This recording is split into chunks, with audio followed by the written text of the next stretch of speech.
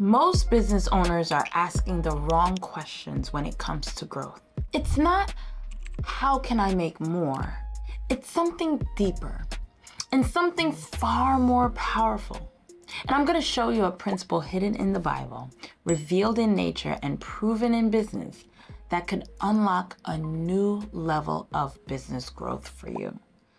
But only if you're willing to apply it. By the end of this video, you'll understand the secret to sustainable growth that isn't talked about in many business books, but it's the reason most companies expand while others stagnate. There's a scripture story found in 1 Kings chapter 17, verses 8 through 16. It talks about a widow. There was a famine in the land. And there was a widow that only had a handful of flour and a little bit of oil left. And she was gathering sticks to cook like her last meal for her and her son. And then in her mind, when she made that little cake for her and her son and they ate, that was it. They were gonna die. Like, she was prepared for this. So then Elijah shows up with this bold request. And he says, bring me some water and a little piece of bread. And she's like, I don't have any bread. I don't have anything to bake. I only have a little bit of flour in a jar and a little bit of oil in a jug. And I planned to prepare a little piece of cake for myself and my son. And then we were gonna eat it, and then we were gonna die. Elijah said, fear not. Let's just pause right there. How many times have you been in a situation where you see the writing on the wall? You know it's not going to end well. You know this situation is not looking good in your business. Like, money is drying up, or leads are not coming in. Everything is getting repossessed, or whatever the case may be. Like, you're in not the best situation. And then you talk to someone, especially if they're a churchgoer, and they're like, I'm praying for you. Don't worry about it. God's got it.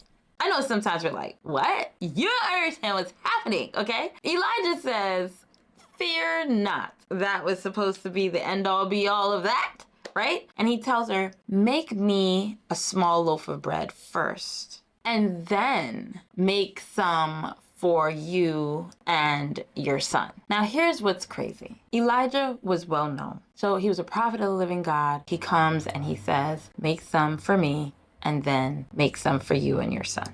What I find amazing is between the fear not and the make some for me and then make some for yourself and your son, he was implying out loud that it would be enough. There will be enough for all three of them, even though in her brain, this was all she had. She didn't see where it could be multiplied, right? He then explicitly says to her, the jar of flour will not be used up, and the jug of oil will not run dry until the Lord sends rain on the land. Here's what's crazy. You have to understand that this was the man that pretty much let everybody know there was going to be a famine in the land. So because now the famine is happening, and this is the same man coming to her saying, you'll still have oil, you'll still have flour until the Lord sends rain. She's like, I can take that to the bank, because he said that there was going to be famine, and there's been famine.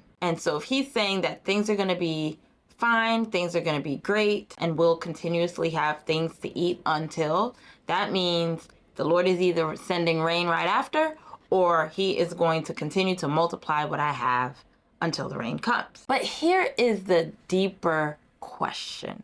Why did she have to give him first, and then her and her son came afterward? I believe that the Bible is littered with principles that talk about honoring the Lord with your wealth and your first fruits, right? And then your barns will overflow. There's a verse that talks about that. The truth is, she didn't have much wealth, right? These are promises. And then the concept of give and it shall be given back to you. These concepts are constantly talked about, littered throughout Scripture. And the concept is, it's almost like God is saying, don't give your leftovers. Heavy stuff, y'all. Do not give your leftovers. Give of your best when you are giving. what does that have to do? Like, how does that work with what we're trying to talk about when it comes to our business growth? Don't go too far ahead of me. Let me just lay the groundwork of what's going on, all right? A few things were happening. Her faith was being tested. Faith is required. She had to act before she saw the miracle. She had to just act based on the promises given, and then she would see the miracle, right? She had to trust the word that the prophet gave her, even when it didn't look likely, even when it didn't make sense. Can we pause right there? Can we stick a pin right there? Let's talk about when your mentor or someone that is guiding you or consulting you is asking you to do something that doesn't seem to make logical sense in your mind. One of these situations, she's like, if I do the math and I look at how much oil I have, how much flour I have enough for one cake. But he's saying, bake this, give it to him, and then bake another one for me and my son. And when I do the measurements, because I mean, this is not the first cake or bread or whatever you want to call it that she has made. Even when it doesn't seem to make sense, trusting your mentor, trusting that they understand how things work, having that faith in the principles that they are sharing, like this one I'm about to drop on you, embrace it. I've read many business books, and this concept that we're about to unpack is not really discussed a lot. The divine sequence that you can see in Luke 6:38 that I already mentioned was give and it shall be given to you. So in God's system, you give first, then you receive. What's deep is this is not about, manipulation. This is literally about alignment. You plant a seed before you get the harvest. Usually, like at a restaurant here in the States, they give you your food first, you eat it, then you pay for it. Then they receive, right? In Genesis 8:22, it says, as long as the earth remains, seed time and harvest shall not cease. So she gave her seed, her last bit of food, to the prophet, and in return, she harvested an overflow. So let's just boil all the chips down to what it is. You ready? Many times, God asks for what feels unreasonable when he is really trying to release what's about to come. Literally release the unimaginable. And in her giving, she made room for provision that literally didn't make any sense. What does that have to do with your business? Before I tell you, because I need this to be drilled down in your mind, I want us to first look at nature. When you look at an apple tree, who are the apples for? Because it's definitely not for the tree. The tree isn't consuming the apples. We are. It gives the apples. And when it gives the apples away, animals, humans, they eat the fruit, the seeds are carried to other places, they're planted, and more trees can come. A tree gives oxygen so we can breathe. And then when we breathe in the oxygen, we exhale the carbon dioxide, and that's what the tree needs. So the tree takes the carbon dioxide, breathes out the oxygen, and it's the cycle, right? But the truth of the matter is, it didn't give oxygen, it wouldn't receive carbon dioxide.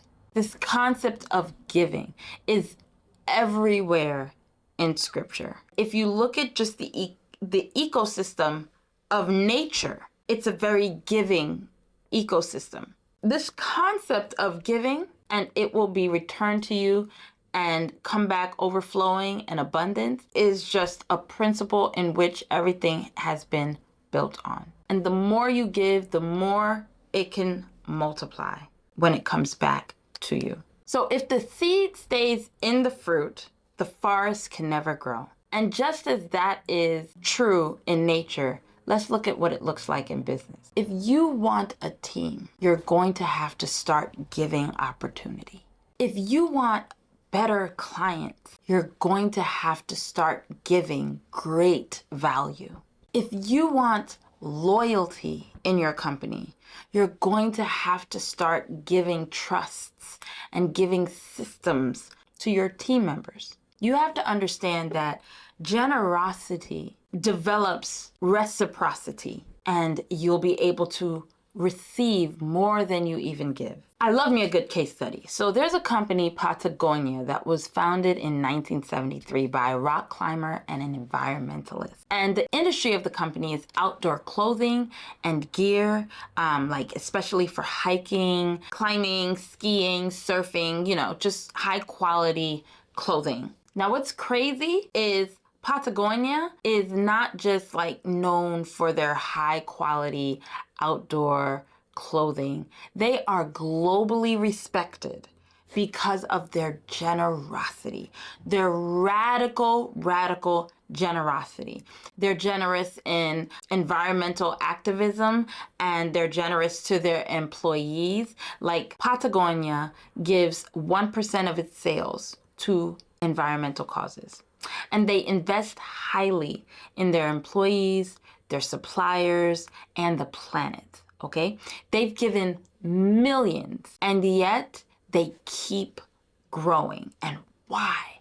Why do they keep growing even though they're giving so much? Because generosity creates trust, it creates loyalty, and it creates impact. And customers buy into the mission, not just the merchandise, they buy into the movement. What did they give? They gave resources to causes. They gave respect to their team. They gave vision to their buyers, right? And what was that result? They became one of the most beloved and profitable outdoor brands in the world. Patagonia didn't shrink by giving. They expanded by giving. And I think that this is important, that we understand that a business will literally stay stagnant. Literally stay stagnant if you're just taking onto yourself. Or customers will understand that you're not in it for anyone else but yourself. I mean, I hate to go back to this stereotypical feel, but how many of us really like to shop for a car at the car dealership, at least here in the United States? You just feel like they really don't care about you. They really care about themselves. It's like they're gonna haggle you. They're gonna give you the worst, deal. And all you want is a car. All you want to know is someone cares. You don't want that to come across in your messaging, in your marketing, in your energy, in how you serve your clients. You want your clients to understand that you're truly trying to help them. You want your customers to truly feel served. You want them to understand what your mission is and how you're contributing to society and contributing to solving some of these problems, whether it be in your city, in your county, in your state, in your nation, around the globe.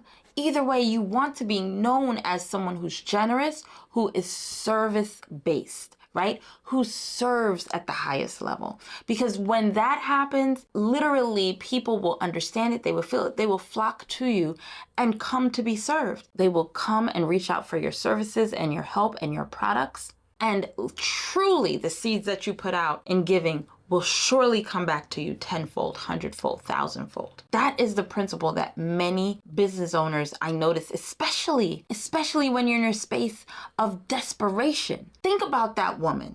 She felt like her and her son were about to die. Anyone in that space could get that feel of desperation. And what does that make you do? What does that fear of loss, fear that leads to desperation happen? It makes you clench up. It makes you think about, I need to get what's mine. It clouds how your mind behaves. You no longer are in a servant type posture. You're not in a place of how can I serve at a higher level. You're more thinking about survival at that point. You have switched into survival mode. And when I come to business owners that have switched into survival mode, it's so amazing because their very strategy brain shuts off. Because all they're thinking about is the next step and looking for the return because of that space of desperation that they're in. But I'm telling you, The best way to come out of your desperation is to serve. If you serve more people, then more people will pay you. So you will be receiving because you served. And many times, instead of looking at ways to serve more people, we tend to say, oh, I need a fix. I need someone to come save me. But if we were to really go out and serve more, then in turn, we would be saved. How can this work for you? I'm going to challenge you this week. I'm going to challenge you this week. I have a framework called GIVE. Okay? And each letter stands for something. And you only have to do one letter this week. Just one. Just choose one that we're going to talk about, right? It's GIVE.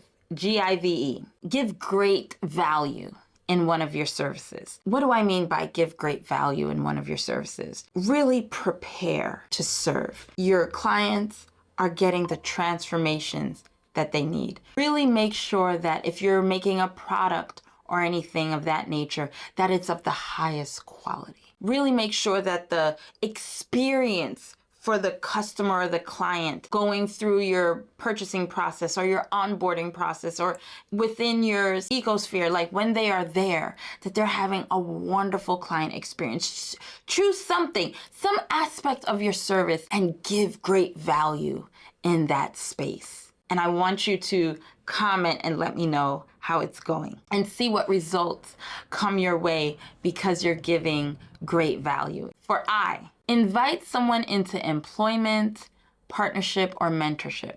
Let's pause really quick with employment for a second, okay? What is this doing? You're giving people opportunities. Right now with the economy globally, there's a lot of unrest. And so if you're able to give someone employment, that is a blessing. If you're able to partner with someone to make more money together, that is a blessing. If you're able to mentor someone and bring them up to speed in something that you're amazing at, that is a blessing. But I wanted to share a story about employment. When you employ someone, treat them so well. Treat them well. I remember when it was only for a short time, but I was working at Bloomberg. I don't know if any of you have worked at Bloomberg. If you have, just comment. Let me see. Hey, how you doing? I worked in Bloomberg. And you know what I loved about working at Bloomberg? It wasn't necessarily the tasks that I was doing. I was kind of bored with the task. However, the reason I was able to wake up each morning, even though the task was dry and wasn't using all my brain and I wasn't really excited to do it, let me tell you, they gave free breakfast, lunch, and dinner with snacks in between. And let me tell you, it wasn't just, oh, you get breakfast, you get lunch, you get dinner. Like some continental, bagel with cream cheese. Oh no. I mean, stuff gourmet. They had chefs. They had different stations of different type of foods from the country, all over the globe actually. And then they had this pantry, like snack station all throughout the day. Free snacks. And I'm talking all the way from the healthiest type snacks all the way down to junk food. For me, I have some dietary restrictions, so I don't drink normal milk. I do soy milk or I do almond milk, and usually when I go anywhere for any continental breakfast or they're not even having that kind of milk. Let me tell you, almond milk, coconut milk, soy milk, you name it, it was there. I didn't have to think about breakfast before getting to work and free. So you would go up to the line and order, can I have this? Can I have this? And then the chef would, and put it on your plate. Here you go. What? Treat your employees great. Because I literally stayed there and I did great work. I literally stayed there longer than I probably would have just for those perks. When you invite someone into employment, partnership, mentorship, you're giving opportunities. So you could choose that as an option. Volunteer or donate to a mission-aligned cause. You ever wonder why people volunteer? I don't want to make it seem like it's self-serving to volunteer, but I just want to show you the perks of volunteering. So when you volunteer, what you're surrounded by people who do great things for a cause out of care, right? They're not getting paid for it. They're doing it because they get fulfillment from serving on some capacity. And when you start circling yourself around people who are servers, like they get fulfillment from serving and giving. You surround yourself by a lot of people who are generous by nature. Let me tell you how amazing generous people are. When they get to know you and you get to know them, and then they learn what you do and you're a business owner that does this, let me tell you, not only are they generous in their doing, they're generous in their speaking. They're going to yap about you, and next you know, you might end up with more clients just because people are yapping about you, because you're such an awesome person and you're so great at what you, and I've worked with them before and they are just so giving and so generous. Not saying that's your purpose for doing it. I'm just saying there are benefits to being generous, and there are benefits to volunteering and donating. And then you also get to meet great people who are generous, and you can learn a lot from people who are generous in their knowledge, generous in how they give. Because I'm telling you, if people are generous in one space, they tend to just be generous people all around, and they really will add value to your life. Trust me on this one, okay? So, partnering up and volunteering and donating to a mission-aligned cause, that's another thing you can do. Try it this week. The last one, elevate another entrepreneur or customer by sharing their story or spotlighting them. You have to understand that most of us as entrepreneurs, we don't get congratulated a lot or patted on the back a lot. Not in our day-to-day grind when we're doing the hard thing. Not when we have to let someone go and we have to deal with the stress of our contracts and fulfillment and, you know, like all the things. We don't really get congratulated a lot. So when you're able to elevate and give some encouragement and congratulate other entrepreneurs or customers and sharing their story and spotlighting them, you are giving them recognition. You are giving them something that they really don't get all the time every day, and you become memorable. I remember when I was taking some money out of an ATM years ago in Alabama. It was during the month of January. You're like, how do you know it was during the month of January? I'll tell you, because my birthday is in the month of January. And when I was pulling the money out, it said, "Happy birthday, Kawana." I still remember that. That was years ago. I think like at least 10 years ago. And I still remember that. And I still remember the bank. It's just like, it just makes the experience that much better, that much sweeter. And you become known as someone who actually cares, who actually sees. Like, other entrepreneurs feel seen and heard. Customers are just like, they thought of me. I'm not just a number. I'm telling you, it comes back to you in droves. All right? So that is the challenge. Give great value with one of your services. Invite someone into employment or partnership or mentorship. Volunteer or donate at a mission-aligned cause. And elevate another entrepreneur or customer by sharing their story or spotlighting.